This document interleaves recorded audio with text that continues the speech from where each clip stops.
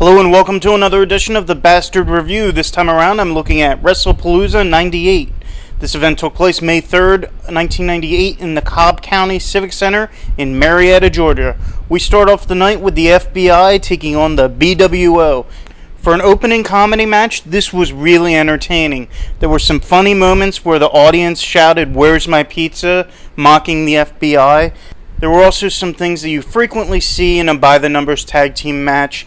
Quick heel tags, the face getting beat down, and then having to hot tag in his partner after the crowd chants. Honestly, the fact that the Blue Meanie can do a moonsault is reason alone to watch this match. I mean, that's just not something you see every day. A good match and a reasonable way to open up the show. I'm going to give this a 7 out of 10. After that, we have a grudge match between Just Incredible and Mikey Whipwreck. Now, they had a match back in November to Remember 97, and Mikey had been injured by Justin. All this time, Mikey's been rehabbing, and he made his return at Living Dangerously 98. This was a solid match with a really good story behind it. Prior to the match, they opened up with a video package telling about how they got to this point. A couple moves that really impressed me was Mikey giving Justin a side Russian leg sweep into the guardrail. He also gave Justin a suplex off the guardrail into a table. That looked painful. There are parts where the emotion ran a little too high. At one point, Mikey throws Justin into the crowd, and it looks like he knocked a kid back into his seat. I didn't really like that part. I also didn't like the part where Mikey throws a chair at Justin. It misses him just about completely and flies into the crowd. So I think Mikey got a little too emotional and made some judgment errors, but it didn't take away from the match. I still enjoyed it, giving it a 7 out of 10.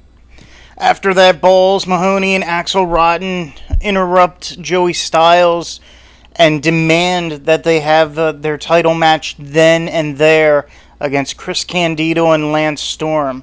And the ECW World Tag Team Champions are more than happy to accommodate both men, and that's what we get. I really like Chris Candido. I think he plays an excellent heel. I love the fact that Lance and Chris do not get along at all, and yet they're still the Tag Team Champions. It's not really an original story because I think they've already done it with Raven and Tommy Dreamer. But it's a story that works, and I love the rivalry between both men.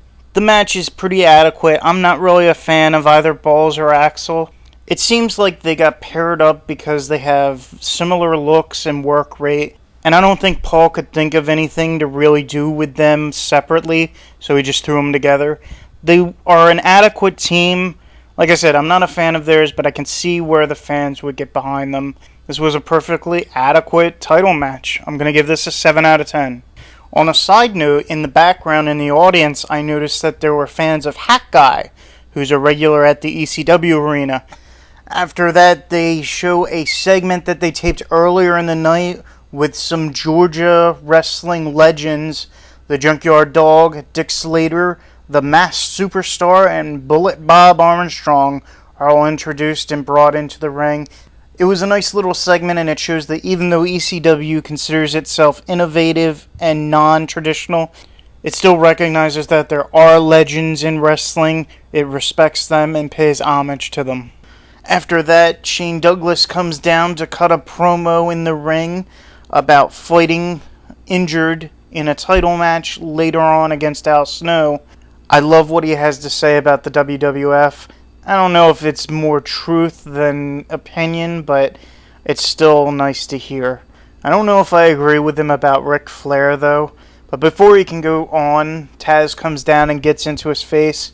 They fight for a few seconds, and then Taz gets escorted out of the building by security and into a waiting car. Something about this tells me that Taz will probably be back later on in the show. After that, we got Bam Bam Bigelow versus New Jack. This is a horrible, horrible backyard type crap. I didn't like this match at all. It would have been one thing if they kept it mainly to the ring, but they went all over the audience. In my opinion, they spent too much time there. It was a setup for New Jack to do something crazy, but It didn't work. I really didn't like the mechanics of this match, and I am just not a fan of New Jack. He does some crazy things, but otherwise he's a very boring in-ring performer. I'm going to give this a charitable 4 out of 10. After that, we get Tommy Dreamer and Sandman taking on Bubba Ray and Devon Dudley.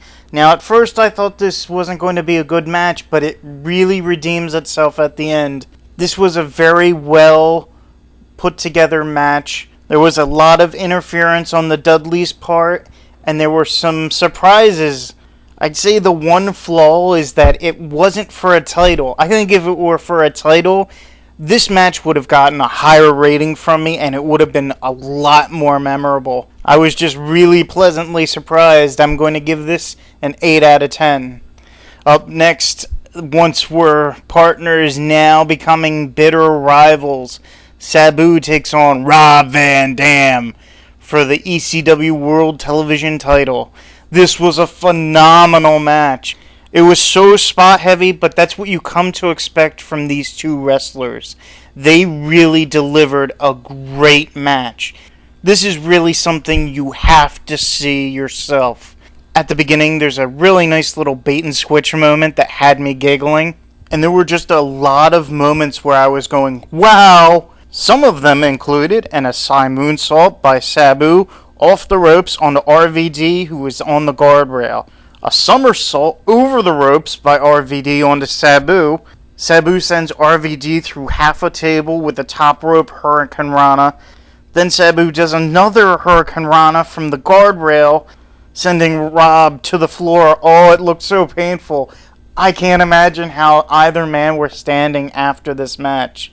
The ending's really believable, and it just keeps the door open for a rematch down the road. This is truly one of the best ECW World Television title matches I've ever seen, and it's getting an elusive rating, a 10 out of 10. Seriously, love them or hate them, this match deserves that rating.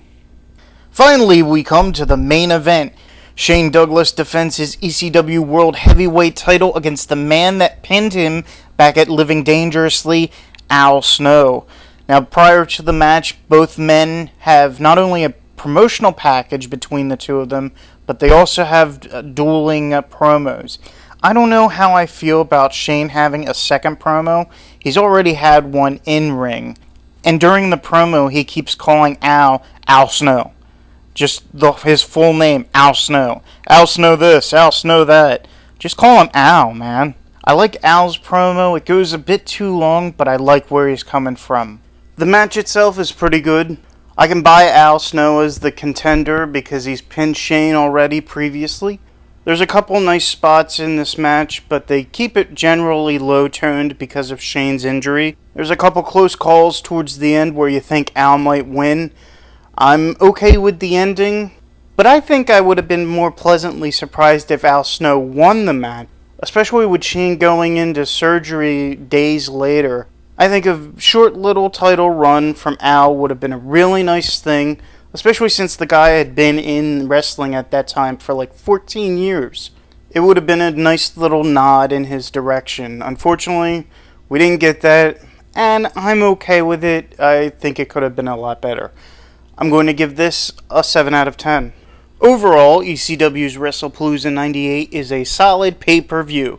You've got a lot of more than adequate matches with competent talent, and one really great match that you have to see to believe. ECW compilists already have this in their collection, but if you're just a casual wrestling fan, I still recommend picking this up, seeing it where you can. It is definitely worth your time.